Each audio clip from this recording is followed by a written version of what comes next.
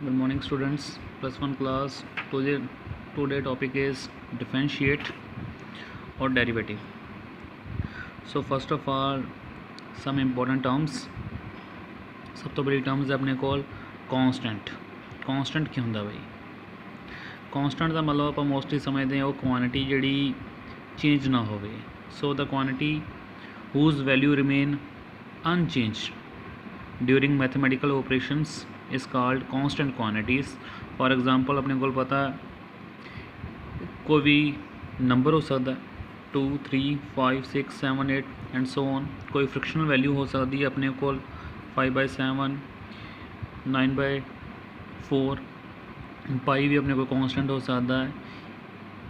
ये सारे अपने को कॉन्स्टेंट आ जाते हैं. उस तो बाद सैकेंड टर्म अपने को आती वेरीएबल. हुण वेरीएबल अपन नूं पता वो जी क्वांटिटी होंदी है जी चेंज होंदी है. फॉर एग्जाम्पल आपां करते हैं एक्स वाई जेड की वैल्यू पता करते हैं, इन्होंने डिफरेंट वैल्यू पाई जाइए तो वैल्यूज़ चेंज होंदियां जाणगियां. So quantity which can take up different values is called variables. इन्हों दी आपां अलग अलग वैल्यूज़ लैने उन्होंने आपां वेरीएबल्स कह दें. हुण उस तो अगला अपने कोल फंक्शन. सब तो पहला फंक्शन हुंदा की है? फंक्शन का मतलब है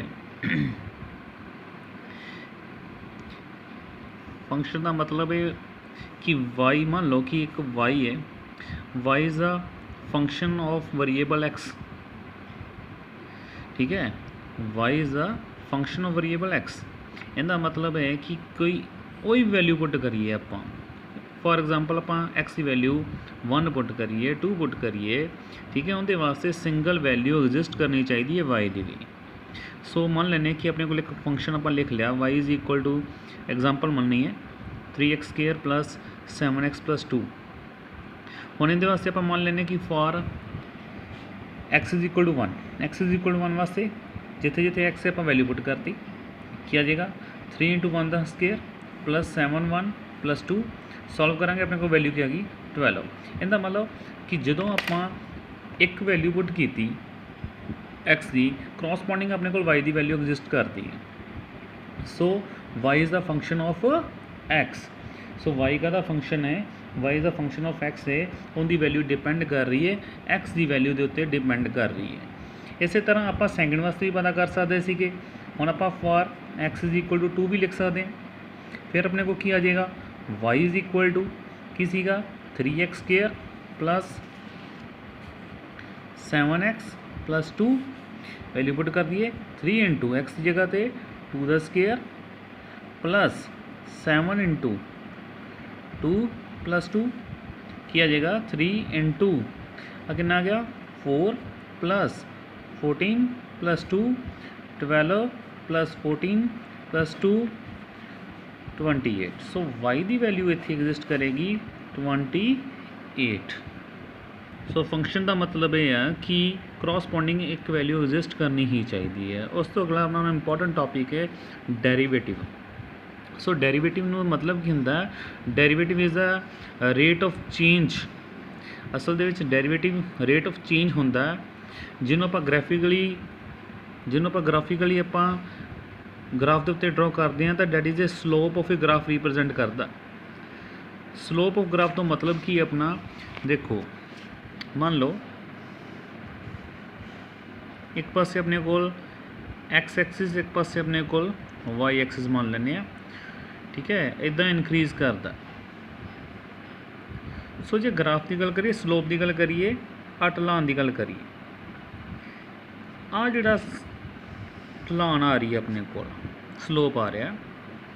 सो आ स्लोप कितना चेंज हो रहा है.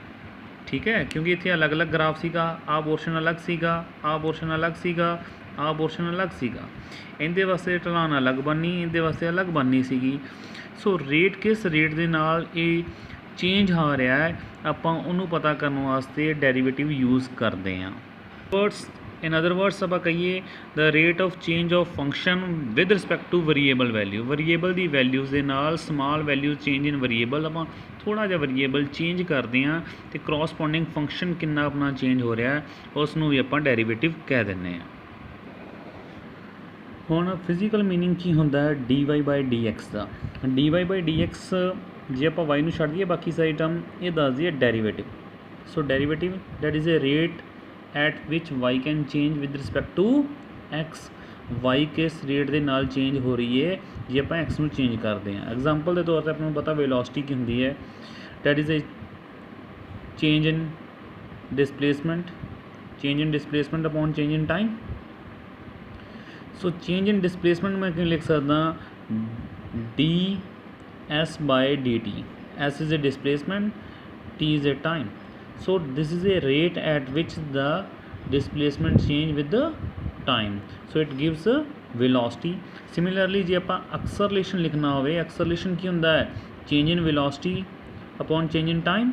सो अपने को की आएगा डी बाय डी टी।